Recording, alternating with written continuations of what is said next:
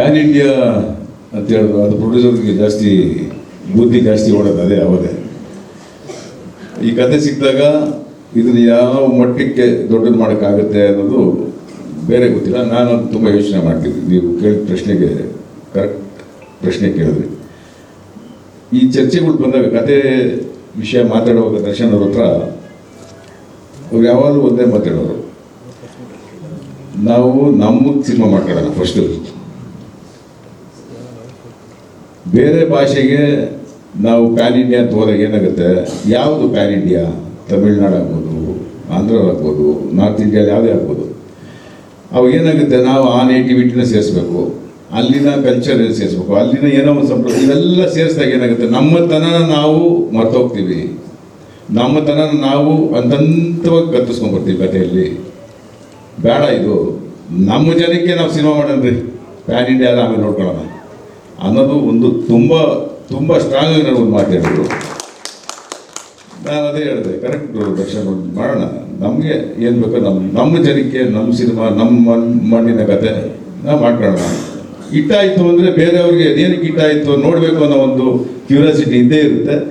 ಆಮೇಲೆ ಡಬ್ ಮಾಡ್ಕೊಳ್ಳೋಣ ಬಿಡು ಅಂತ ನಾನು ಮಾತಾಡ್ಕೊಂಡಿದ್ದೆ.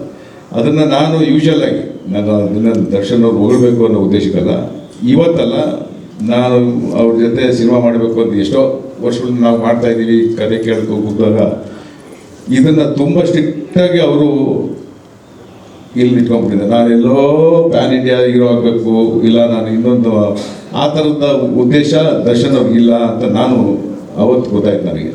ಸೊ ನಾವು ಕೂತ್ಕೊಂಡು ತರುಣ್ ಮಾತಾಡುವಾಗ ನಾವು ಕೂತ್ಕೊಂಡು ಈ ಕತೆ ಕರೆಕ್ಟ್ ಇಲ್ಲಿಗೆ ಮಾಡ್ಕೊಳ್ಳೋದು ಸಾಕು ನಾವು ಅಂತ ಮಾಡಿದ್ದೆ. ದರ್ಶನ್ ಸರ್, ಇಲ್ಲಿ ಸ್ಟ್ರೈಟ್ ಸರ್, ಇಲ್ಲಿ ಸರ್. Okay sir. ಸರ್, ಮೊದಲನೇದಾಗಿ ಇಂಥದ್ದೊಂದು ಒಳ್ಳೆ ಸಿನಿಮಾ ಕೊಟ್ಟಿದ್ದಕ್ಕೆ ಥ್ಯಾಂಕ್ ಯು, ಮತ್ತೆ ಇಡೀ ಟೀಮ್ಗೆ ಕಂಗ್ರಾ ಸರ್. ಸರ್, ಸಿನಿಮಾದಲ್ಲಿ ಎರಡು ರೀತಿ ಶೇಡ್ ಬರ್ತಾರೆ. ಒಂದು ತಾತಂತರದ ರೋಲ್ ಬರುತ್ತಲ್ಲ, ಅದು ಟ್ರೈಲರಲ್ಲಿ ಬಂದಾಗಲೇ ತುಂಬ ಸರ್ಪ್ರೈಸಿಂಗ್ ಅಂತ ಅನ್ಸುತ್ತೆ ಎಲ್ಲರಿಗೂ. ಇಡೀ ಸಿನಿಮಾ ಕ್ಯಾರಿ ಆಗಿದ್ದು ತುಂಬ ಜನಕ್ಕೆ ಇಷ್ಟ ಆಯ್ತು. ಅದು ಎಲ್ಲೋ ಸುಮ್ಮನೆ ತಂದಿಲ್ಲ, ಇಡೀ ಸಿನಿಮಾ ಇದೆ ರೋಲ್ ಅಂತ. ನಿಮಗೆ ಸರ್ ಮೇಕಪ್ ಮಾಡಿ ಕನ್ನಡಿ ಮುಂದೆ ನಿಂತಾಗ ಆ ರೋಲ್ ನೋಡಿದಾಗ ನಿಮ್ಮ ಫಸ್ಟ್ ರಿಯಾಕ್ಷನ್ ಹೆಂಗಿತ್ತು ಅಂತ, ಈ ಥರದೊಂದು ಲುಕ್ಕಲ್ಲಿ ನೋಡಿದಾಗ ಸರ್ ನಿಮ್ಮ ರಿಯಾಕ್ಷನ್? ಸರ್, ಇಲ್ಲ, ನಾನು ಆ್ಯಕ್ಚುಲಿ ಅವಾಗ ಕರಡಿ ಮುಂದೆ ಕೂರಲ್ಲ. ಯಾವಾಗ ಮೇಕಪ್ ಡ್ರೆಸ್ ಮಾಡ್ತೀವಲ್ಲ, ನಾನು ಆ್ಯಕ್ಚುಲಿ ಕರಡಿ ಆ ಕಡೆ ಕೂತ್ಕೊಂಡಿರ್ತೀನಿ. ಮೊದಲು ನಮ್ಮ ಕ್ಯಾಮ್ರಾಮನ್ನು, ಡೈರೆಕ್ಟ್ರು, ಇವ್ರುಗಳು ನಿಂತ್ಕೊಂಡು ಇದು ಓಕೆ ಅಂದ್ಮೇಲೆ ಆಮೇಲೆ ನಾನು ತಿರುಗಿ ನೋಡ್ತೀನಿ, ಓಕೆನಾ ಇದು ಅವ್ರಿಗೆ ಅಂತ. ಯಾಕಂದರೆ ಅವ್ರು ಜೀವಿಸ್ತಾರೆ ಅದರಲ್ಲಿ, ನಾನಲ್ಲ. ಯಾಕಂದ್ರೆ ಅವ್ರೇನೋ ಒಂದು ತಲೆಯಲ್ಲಿ ಸ್ಕೆಚ್ ಹಾಕಿರ್ತಾರೆ ಗೊತ್ತಾ, ಆ ಸ್ಕೆಚ್ಗೆ ನಾನು ಮೋಲ್ಡ್ ಆಗ್ತಾರೆ ಫಸ್ಟು ಅಂತ ಅಂದ್ಬಿಟ್ಟು ಅವ್ರ ಮುಗ್ದಲ್ಲಿ ನಾನು ನೋಡ್ತಾ ಇರ್ತೀನಿ. ಅವ್ರು ಯಾವ ಓಕೆ ಅಂತಂದರು, ಆಮೇಲೆ ನಾನು ತಿರುಗ್ತೀನಿ, ಓಕೆ ಇದಕ್ಕೆ ಇವ್ರಿಗೆ ಓಕೆನಾ ಅಂತ ಅಂದ್ಬಿಟ್ಟು.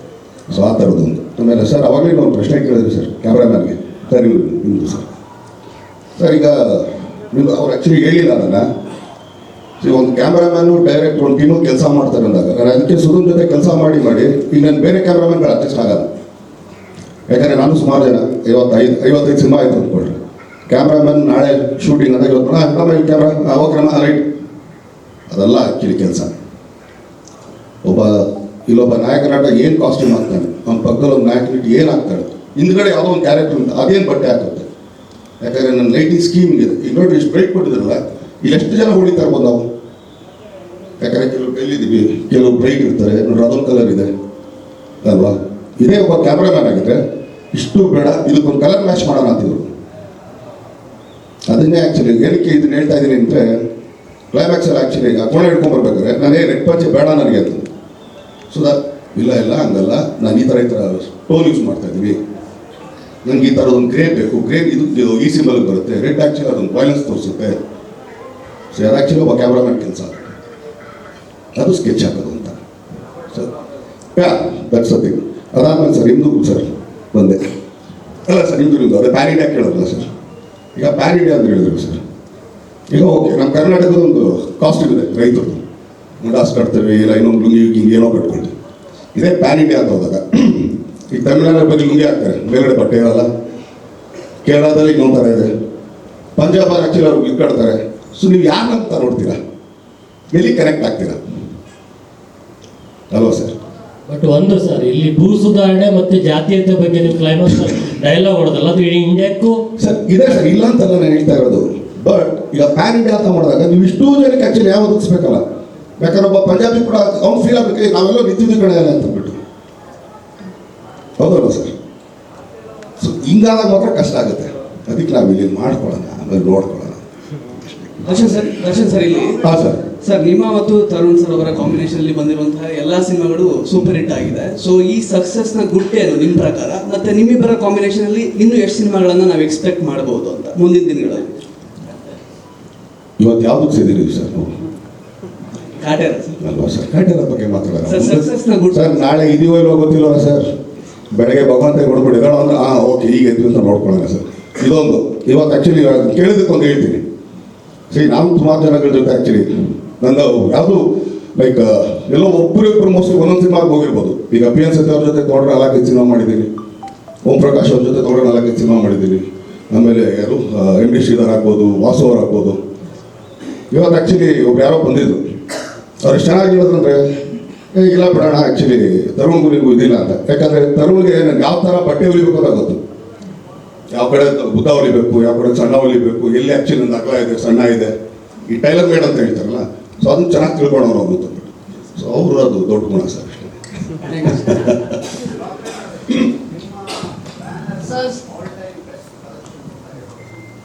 100% ನೋಡು. ಇಟ್ ಈಸ್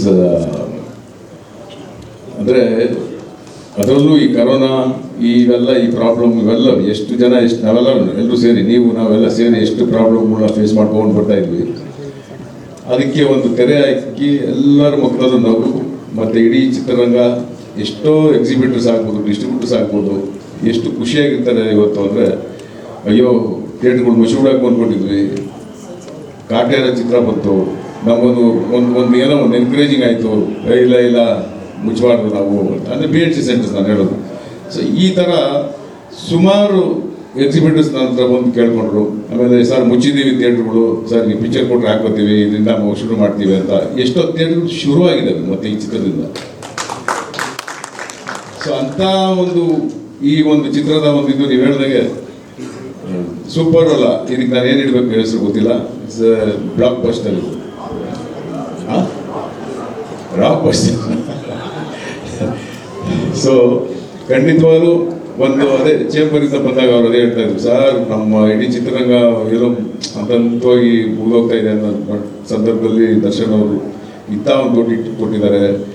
ನಿಜ, ಈ ಸಂದರ್ಭದಲ್ಲಿ ನಾನು ಮುಖ್ಯವಾಗಿ ತರುಣ್ ಒಬ್ಬ ನಿರ್ದೇಶಕನಾಗಿ ಎಂಥ ಒಳ್ಳೆ ಕತೆ ಕೊಟ್ಟರು ಅದನ್ನು ಆ ಒಳ್ಳೆ ಕಥೆನ ತುಂಬ ಒಳ್ಳೆ ಕಥೆಯಾಗಿ ಚಿತ್ರೀಕರಣ ಮಾಡಿ ಪ್ರೆಸೆಂಟ್ ಮಾಡೋದು ತುಂಬ ಮುಖ್ಯ ಆಗುತ್ತೆ. ಸೊ ಅದರ ಕತೆ ಹೇಳಿದಾಗ ನಾನೇನು ವಿಜುವಲೈಸ್ ಮಾಡಿದ್ದು ಅದಕ್ಕಿಂತ 10 ಪಟ್ಟಷ್ಟು ಚೆನ್ನಾಗಿ ನಾನು ಸಿನಿಮಾ ನೋಡೋಕೆ ಕಾಣಿಸ್ತು ನನಗೆ. ಅದೇ ಥರ ಸುಧಾಕರ್ ಪಾಪ ಅವರು ಐ ಥಿಂಕ್ ಪ್ರೆಸ್ ಮೀಟ್ ಯಾವುದು ನೀವು ನೋಡಿರಲ್ಲ ಅನಿಸುತ್ತೆ, ನೈಟ್ ಆ್ಯಂಡ್ ಡೇ ಪಾಪ ಕೂತು ಕೆಲಸ ಮಾಡ್ತಾಯಿದ್ರು. ಯಾಕಂದ್ರೆ ರಿಲೀಸ್ ಡೇಟ್ ಅನೌನ್ಸ್ ಮಾಡಿದ್ವಿ, ಪಾಪ ಅವರು ಒಂದೊಂದು ಕಂಟ್ರಿ ಇಷ್ಟಪ್ಪ ನೈಟ್ ಆ್ಯಂಡ್ ಡೇ ಕೂತು ಹೈದ್ರಾಬಾದಲ್ಲಿ ಗೊತ್ತು, ಒಬ್ಬ ಕ್ಯಾಮ್ರಾಮನ್ ಕೆಲಸ ಏನಿರುತ್ತೆ ನಿಮ್ಗೆ ಗೊತ್ತಿದೆ. ಸೊ ಅಷ್ಟು ಅಚ್ಚುಕಟ್ಟಾಗಿ ಕೂತ್ಕೊಂಡು ಮಾಡ್ತಾಯಿದ್ರು. ಪ್ರೆಸ್ ಮೀಟ್ಗಾಗಲಿ ಎಲ್ಲೂ ಈವೆಂಟ್ಗೆ ಬಂದೇ ಇಲ್ಲ ಅವರು. ಸೊ ಇವತ್ತು ನೋಡೋದಕ್ಕೆ ಖುಷಿ ಆಗುತ್ತೆ. ಅವ್ರಿಗೆ ಎಲ್ಲೋ ಒಂದು ತುಂಬ ಇಂಪಾರ್ಟೆಂಟ್ ಪರ್ಸನ್ ಮಿಸ್ ಆಗಿತ್ತು ನಮಗೆ ಅಂತ ಇದ್ವಿ. ಇವತ್ತು ಇಲ್ಲಿ ಕೂತಿದ್ದಾರೆ, ನನಗೆ ತುಂಬ ಸಂತೋಷ ಆಯಿತು. ಅದನ್ನೇ ನಿಮ್ಗೆ ಹೇಳೋಣ ಅಂದ್ಕೊಂಡಿದ್ದೆ, ಯಾಕೆ ನೀವು ಇನ್ನೂ ಅವ್ರನ್ನ ಬಿಟ್ಟಿದ್ದೀರಾ, ಬೇಗ ಮಾತಾಡಿಸಿ ಅವ್ರನ್ನ ಅಂತ. ಇದೇ ಪ್ರಶ್ನೆ ಕೇಳಿಲ್ವಲ್ಲ, ಯಾಕೆ ನೀವು ಮಾತಾಡಿಸಿ ಅವ್ರನ್ನ ಬೇಗ. So Sharda here. As an audience, let me talk. Okay. As an audience, I just want to thank the team for a good cinema. Thank you. And sir, Darshan sir, this question is for you. ನೀವು ಯಾವಾಗಲೂ ಹೇಳ್ತೀರಾ ಬಿರಾದರ್ ನೋಡಿ ನಾನು acting ಆ ಪಾತ್ರ ನನಗೆ ಬರಬೇಕು ಇದೆಲ್ಲ. For a mass hero there is always an artist in him. ಕಲಾವಿದರಾಗಿ ನಿಮ್ಗೆ ಈ ರೋಲ್ ತುಂಬ ಸ್ಯಾಟಿಸ್ಫ್ಯಾಕ್ಷನ್ ಅಂತ ಹೇಳಕ್ಕೆ. ನಾವು ಒಂದೇನಂದರೆ ಯಾವತ್ತು ಆ್ಯಕ್ಚುಲಿ ಹಸುತ್ತಾನೆ ಇರುತ್ತೆ. ಬೆಳಗ್ಗೆ ತಿಂಡಿ ತಿಂದಿರ್ತೀವಿ ಅಂದ್ಬಿಟ್ಟು ಮಧ್ಯಾಹ್ನ ರಾತ್ರಿ ಬಿಟ್ಬಿಡ್ತೀವಮ್ಮ. ಅದ್ರ ಮಧ್ಯದಲ್ಲಿ ಯಾರು ಸ್ನ್ಯಾಕ್ಸ್ ಕೊಟ್ಟರು ತಿಂತೀವಮ್ಮ. ಸೊ ಆ ಥರ ಏನೇ ಆದರೂ ನನಗೆ ಬೇಕು ಅಂತಾರೆ, ಅದು ಏನು ಮಾಡೋಕ್ಕಲ್ಲ. ಒಂಥರ ಒಳಗಡೆ ಒಂದು ಅರ್ಘ್ಯರಲ್ಲ, ಒಂಥರ ಅಸೂಯೆ ಅದು. ಅಯ್ಯೋ ಅಲ್ಲಿಗೆ ಹೋಗ್ಬಿಡ್ತಾರ, ಅಯ್ಯೋ ಇಲ್ಲಿಗೆ ಹೋಗ್ಬಿಡ್ತಾರೆ, ಅದು ಒಳಗಡೆ ಅಷ್ಟೇ. ಬಟ್ ಅವ್ರು ಮಾಡ್ಬೇಕಾದ್ರೆ ಖುಷಿ ಆಗೋದಲ್ಲ ma'am. What do you have to say to the people who are waiting outside now? ನಮ್ಮ ತಾತ ಮಾಡಿರೋದಲ್ಲ ಇದೆಲ್ಲ. ಇಲ್ಲ ಮಾಸಿ ಆ್ಯಕ್ಚುಲಿ ಒಂದ್ಸಲ ನಾನು ಅದನ್ನೇ ಇವತ್ತು ಸಕ್ಸಸ್ ಮೀಟ್ ಅಂದ ತಕ್ಷಣ ನಾವೆಲ್ಲ ಕಾಲರ್ ಎತ್ಕೊಂಡೆ ಗೆಲ್ಸಿರೋ ಇಲ್ಲ. ತಪ್ಪದು. ಏನೀಗ ಸಿನಿಮಾ ಯಾರದೇ ಆಗಲಿ, ಅದು ದರ್ಶನ್ ಆಗ್ಬೋದು, ಇನ್ನೊಬ್ಬರು ಮತ್ತೊಂದು ಯಾವುದೇ ಆಗಲಿ, ಏನೀಗ ಸಕ್ಸಸ್ ಕಾಯ್ತೀವಿ ಅಂತ ಒಂದೇ ಒಂದು ಉದಾಹರಣೆ ಕೊಟ್ಬಿಡ್ತೀನಿ. ಈಗ ನೀವು ಹೇಳ್ತಿದ್ರ Kaatera super duper, yes good, yeah of course. ಒಂದು ಸಿನಿಮಾ, ಕನ್ನಡ ಸಿನಿಮಾ ಸಕ್ಸಸ್ ಆದರೆ ಒಂದಷ್ಟು ಸಿನಿಮಾಗಳು ನಿಂತಿರುತ್ತೆ ಫೈನಾನ್ಷಿಯಲ್ ಇದ್ದಂಗೆ. ಥಿಯೇಟ್ರಲ್ಲಿ ಒಂದು ವಾರ ಅವನ ಹತ್ರ ದುಡ್ಡು ಓಡಾಡುತ್ತೆ. ಅವ್ನು ಯಾರೋ ಒಂದು ಫ್ರೆಂಡ್ ಹೇಳಿರ್ತಾನೆ, ತಡೆಯೋ ಈ ಸಿನಿಮಾ ಹೊಡೆದ್ರೆ ನೀನು ಕಾಸು ಕೊಡ್ತೀನಿ, ಸ್ವಲ್ಪ ಮುಗಿಸ್ಕೊಡು ಅಂತೇಳಿ. ಇದಕ್ಕೆ ಸಕ್ಸಸ್ ಕಾಯೋದು ನಾವು ಅಷ್ಟೇ. ಸಕ್ಸಸ್ ಬಂದ ತಕ್ಷಣ ನಾವೇನೋ ನಮ್ಮ ರೆಕಮೆಂಡೇಷನಲ್ಲಿ ಏನೋ ಹೈಕ್ ಮಾಡ್ಬಿಡ್ತೀವಿ, ಅದೇ ರೆಕಮೆಂಡೇಷನ್ನೇ.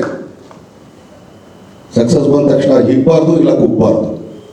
ಬಟ್ ಒಂದು ಸಕ್ಸಸ್ ಒಂದು ಇಂಡಸ್ಟ್ರಿನ ಮುಂದಕ್ಕೆ ಕರ್ಕೊಂಡು ಹೋಗೋದಕ್ಕಷ್ಟೇ ಕೇಳೋದು ನಾವು. ಇದನ್ನು ನಮ್ಮ ಕರ್ನಾಟಕ ಜನತೆ ಹೊತ್ತು ಕೊಟ್ಟಿದ್ದಾರೆ. ಈಗ ನೋಡ್ರಿ ಆ್ಯಕ್ಚುಲಿ ಎಷ್ಟು ಸಿನಿಮಾಗಳು ಸ್ಟಾರ್ಟ್ ಆಗ್ತದೆ ಈಗ ಅಂತ. ಪಾಪ ಎಷ್ಟೊಂದು ಆ್ಯಕ್ಚುಲಿ ಫೈನಾನ್ಷಿಯಲಿ ನಿಂತಿರೋ ಸಿನಿಮಾಗಳು ಈಗ ಎದ್ದೇಳ್ಬೇಕದು. ಹಂಗೆ ಬಂದಾಗಲೇ ನಾವೆಲ್ಲ ಹೋಗ್ತಾ ಇರೋದು. ಅದಕ್ಕೆ it's not a one man show ಅಂತ ಹೇಳಿದ್ವಿ. Thank you sir.